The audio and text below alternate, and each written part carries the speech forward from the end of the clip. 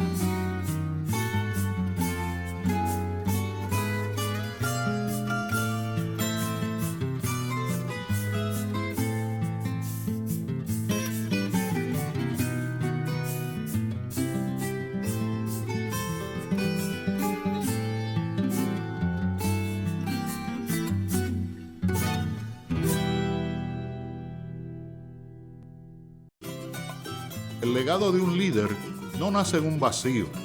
Para entender la trascendencia de su obra, es importante estar consciente de las batallas que enfrentó, del momento histórico en el que vivió y en las características socioculturales de ese pueblo por el que trabajó. Eso nos obliga a estar al tanto no solo de los logros de aquellas personas que dirigieron nuestro destino, sino además de los retos que enfrentó el país en ese momento de su historia. Es por eso que es necesario conocer a Canóvanas en tiempos de Don Jesús. Pero ¿qué pasó durante esos tiempos? ¿Qué transformaciones enfrentó el país? ¿Cómo era la vida de los hombres y las mujeres que trabajaron en la caña y produjeron la riqueza de los colonos? ¿Qué ocurrió mientras se le daba forma a la nueva visión de país que se buscaba implementar? Para contestar estas interrogantes es necesario entrelazar dos historias: la de la Casa Rosada de Don Jesús y la de los residentes que fueron el motor que impulsó esa economía.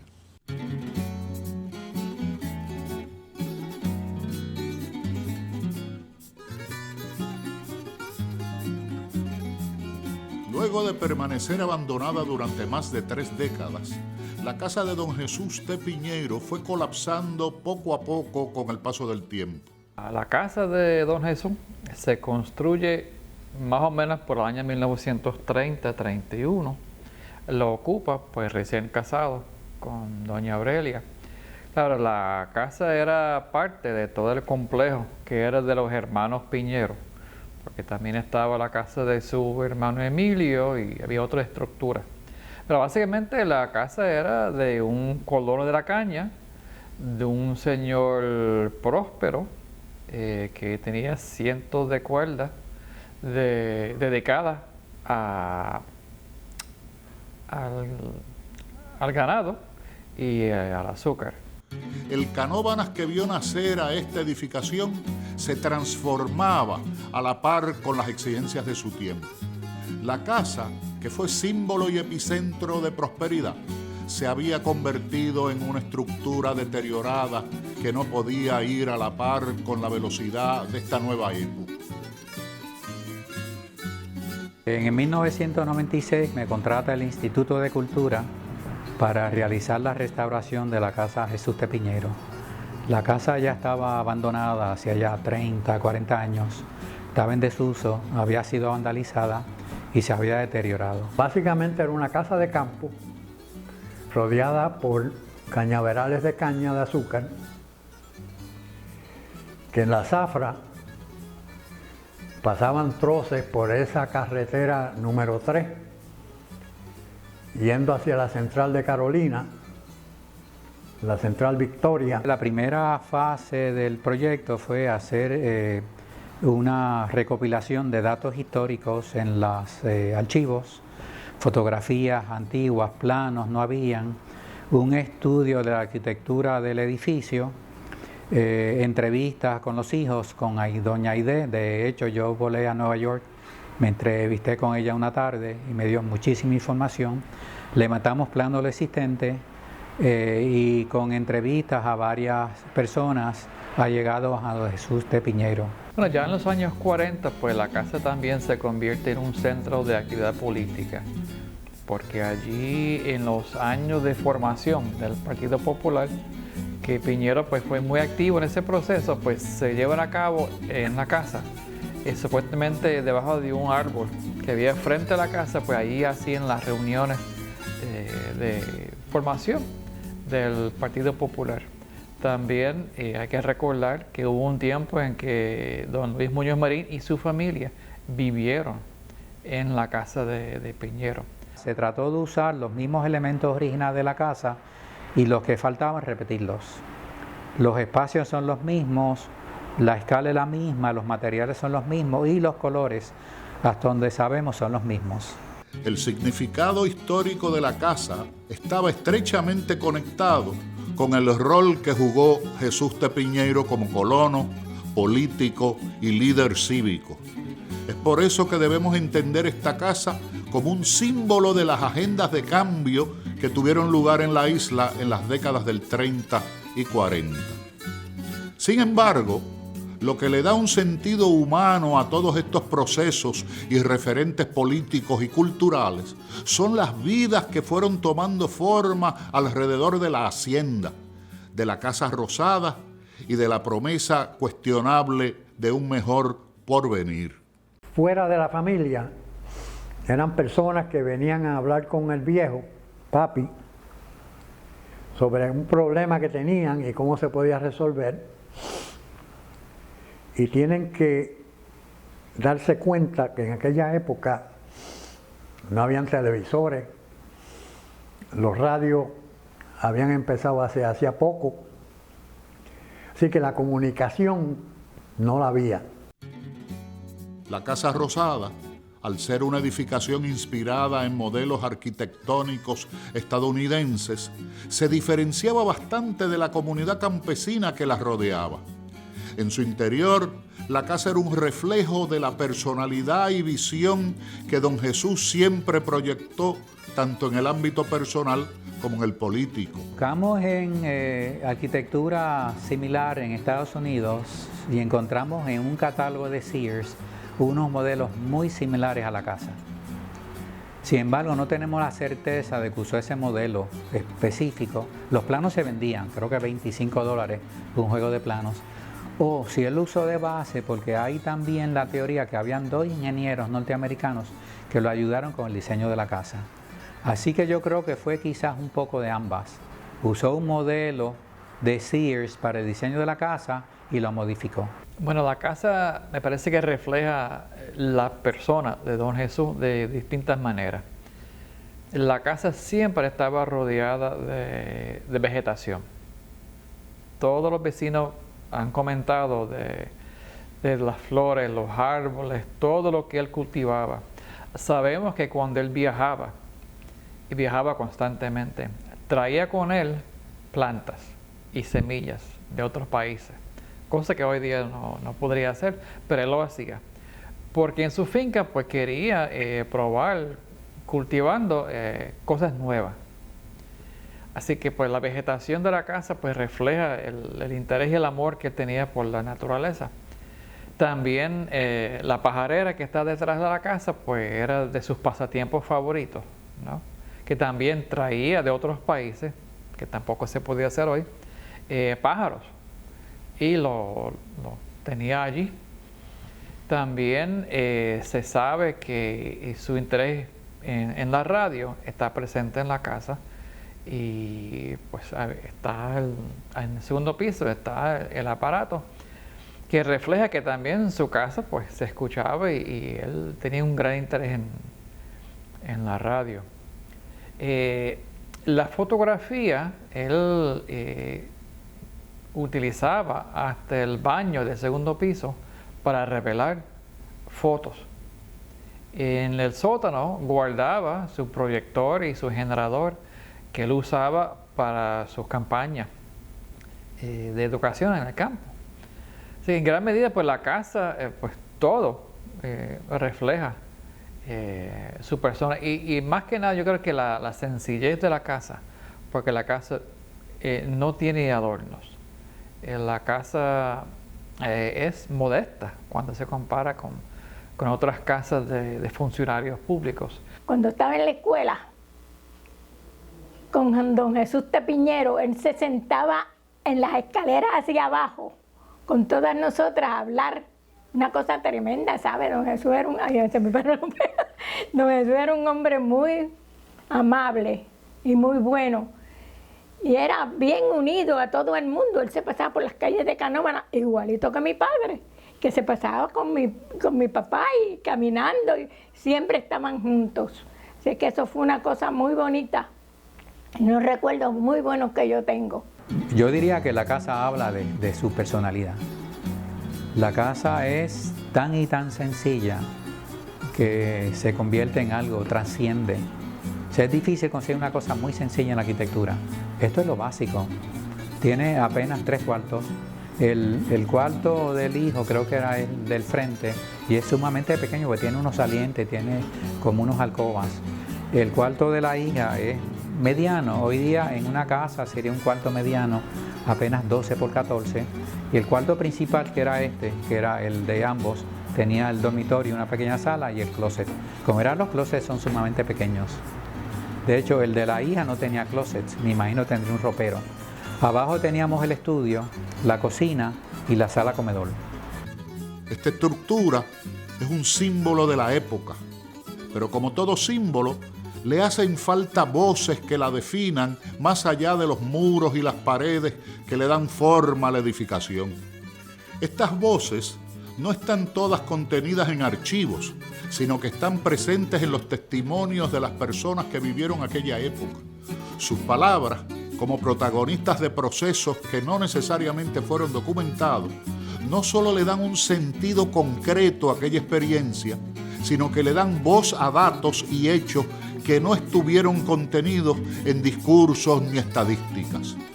Ellos son la geografía de la memoria, memorias de la hacienda, de la vida diaria, la supervivencia y de la época, que nos dan permiso para recordar aquel momento, aquellos tiempos.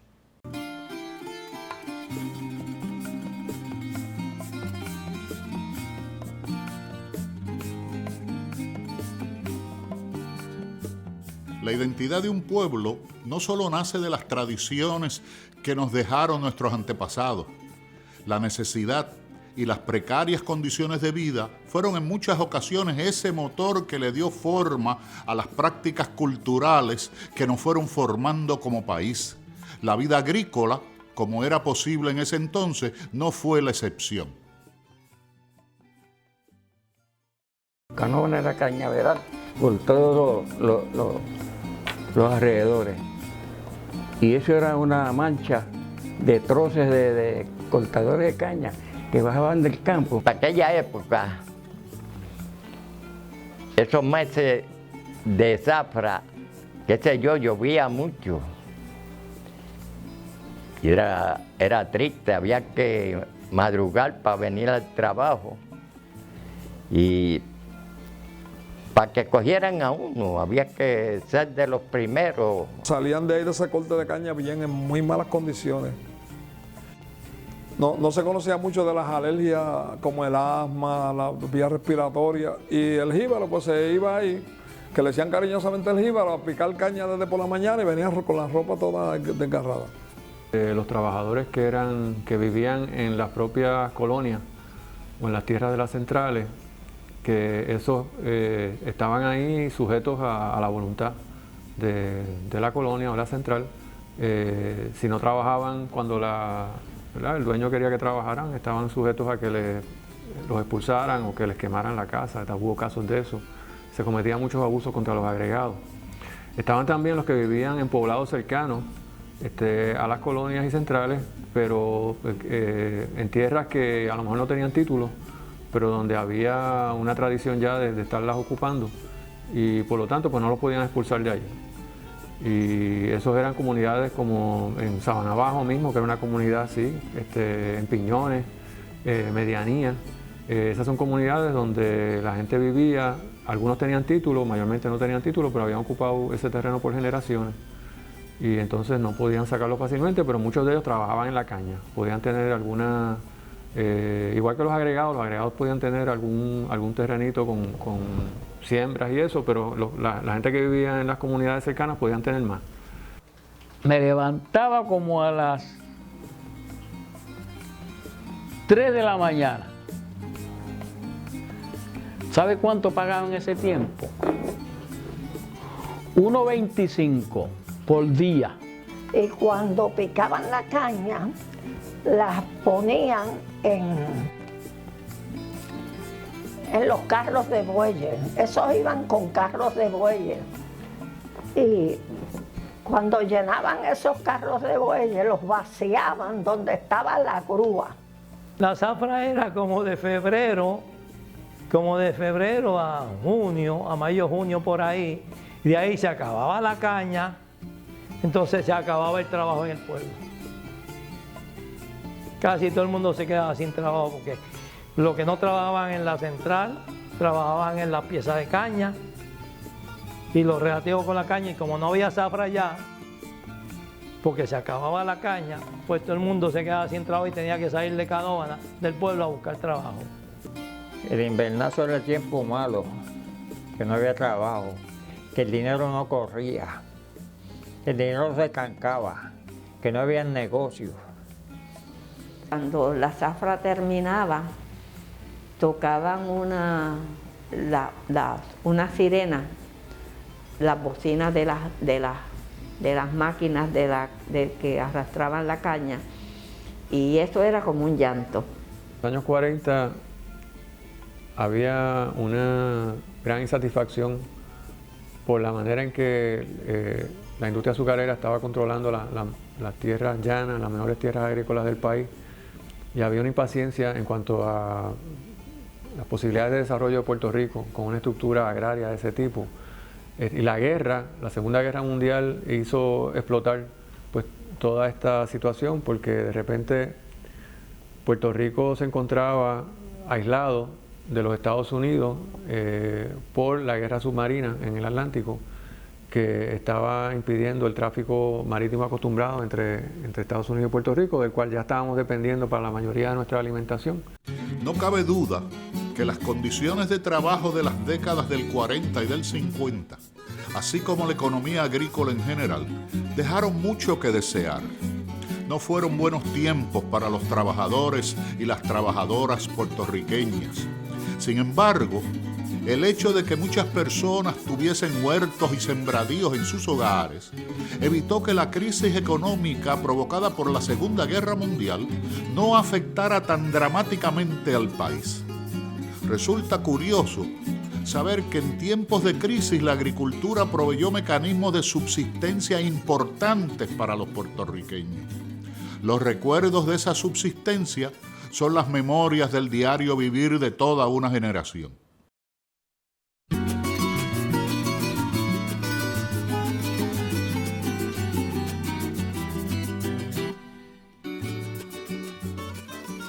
El valor de un país no se mide exclusivamente por su riqueza económica o fortaleza militar. Luchar contra 1000 obstáculos para obtener aquello que deseamos puede ejemplificar que tan grandes son nuestros deseos de superación. En una época donde era casi obligatorio trabajar desde temprana edad, algo tan común hoy en día como asistir a la escuela, era un privilegio al que muy pocas personas podían aspirar. Para muchos perduran los recuerdos del discrimen, del prejuicio y de las diferencias de clases sociales. Estas actitudes y prácticas también marcaron la vida diaria en Canóvanas durante la primera mitad del siglo XX. La mayoría de la gente vivía en pobreza. Las casitas eran de madera. Estos se lavaban en el río, en lajas. Porque yo recuerdo cuando niña, yo llegué a ir a ese río que todavía están las lajas, que allí yo iba con mi abuelita a acompañarla a lavar en aquellas lajas. Mamá cogía los sacos de harina, los lavaba, le borraba las letras, que decía 100 libras netas. Se la borraba con cloro y me hacía los pantalones. 2 pares de pantalones. Las cocinas no tenían piso, era tierra.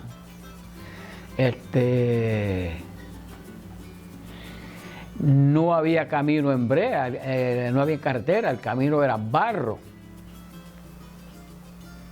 No había agua potable. No había electricidad.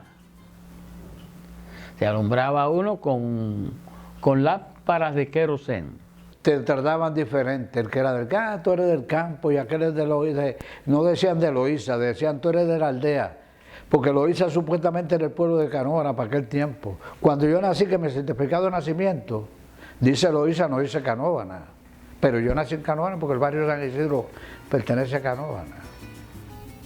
Debo decir, en honor a la verdad, que Canóvana era un pueblo muy racista.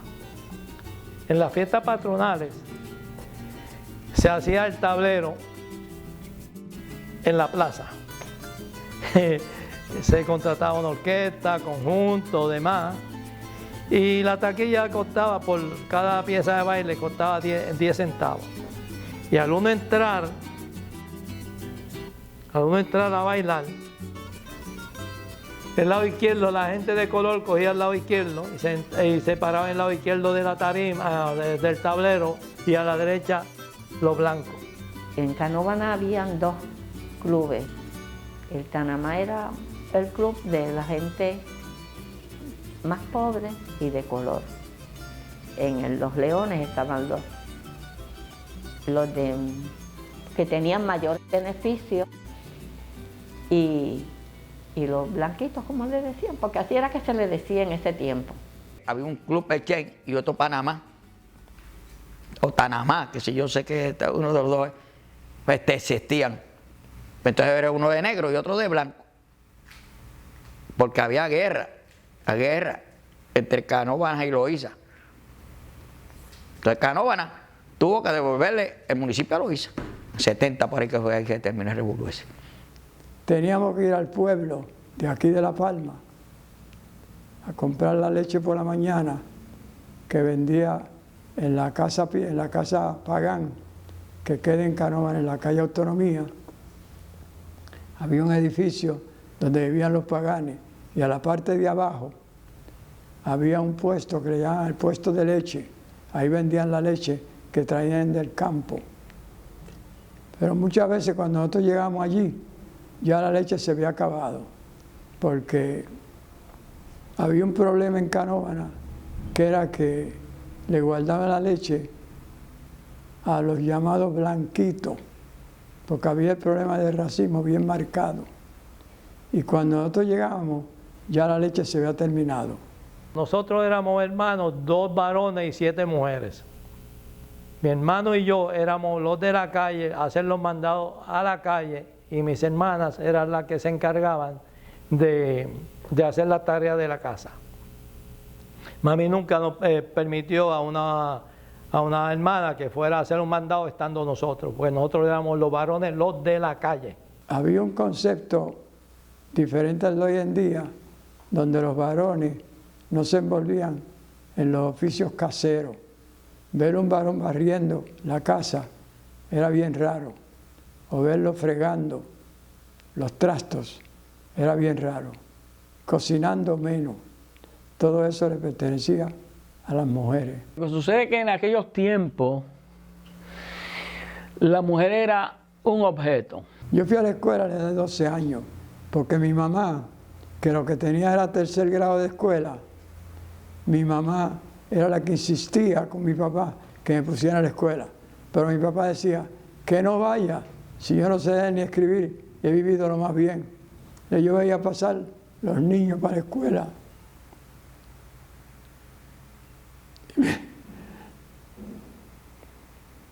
Me daba mucha pena.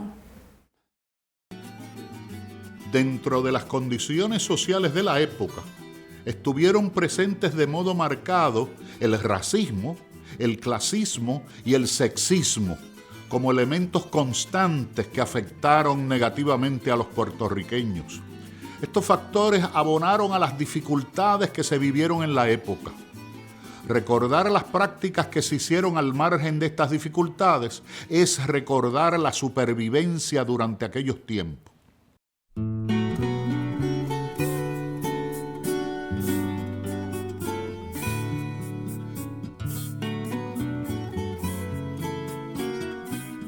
La pobreza y las necesidades que vivían los residentes de Canóvanas y Puerto Rico no eran obra del destino, sino producto de un sistema económico profundamente injusto. Este modelo económico obligó a las personas a moverse de pueblo en pueblo en busca de trabajo. En muchas otras instancias, los condujo a obtener el sustento para su familia mediante actividades tales como la venta de ron clandestino y juegos de azar como la bolita. De este modo, enfrentando y superando retos con determinación y creatividad, se le fue dando forma a los elementos que hoy nos constituye como país.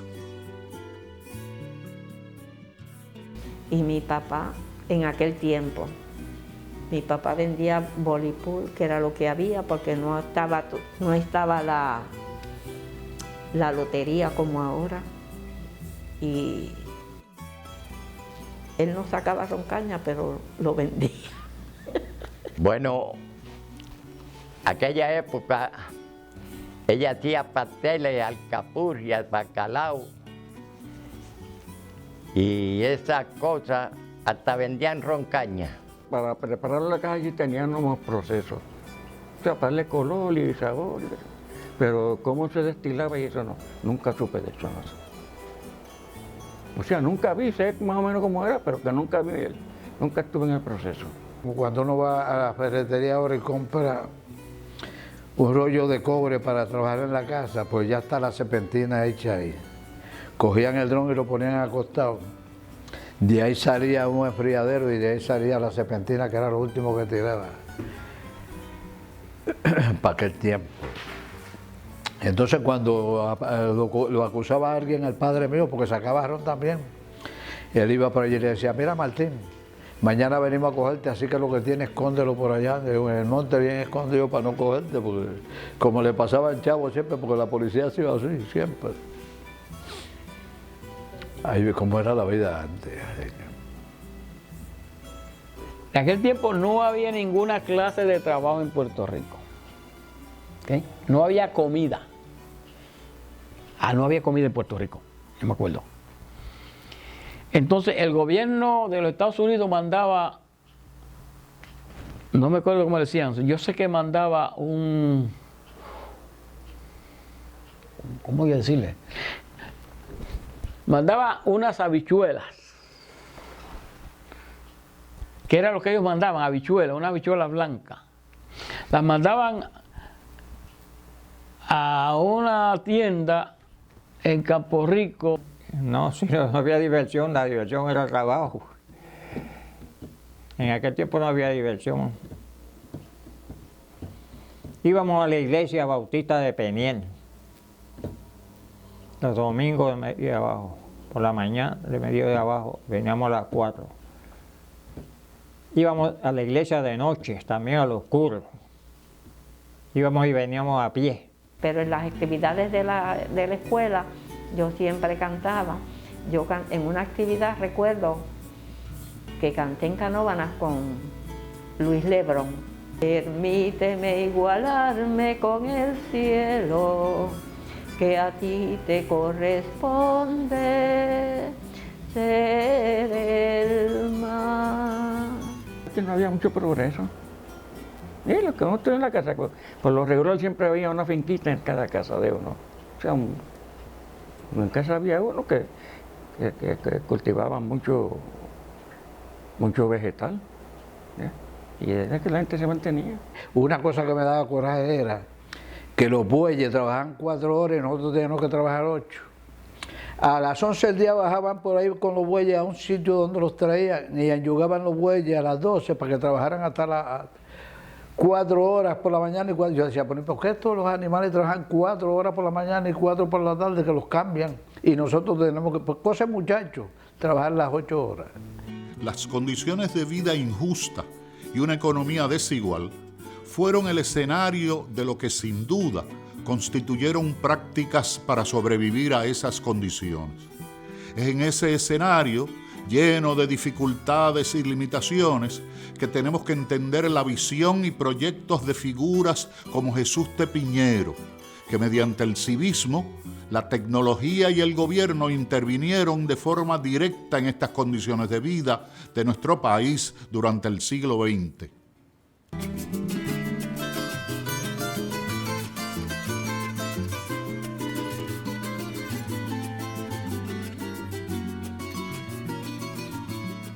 Hoy, la casa está reconstruida y sirve como testimonio histórico para las nuevas generaciones. Del mismo modo que fue restaurada esta edificación, se debe restaurar la figura de Jesús de Piñero.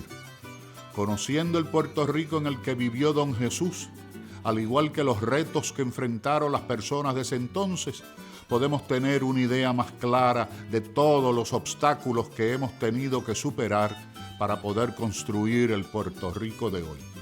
La influencia de Piñero se da en varios renglones.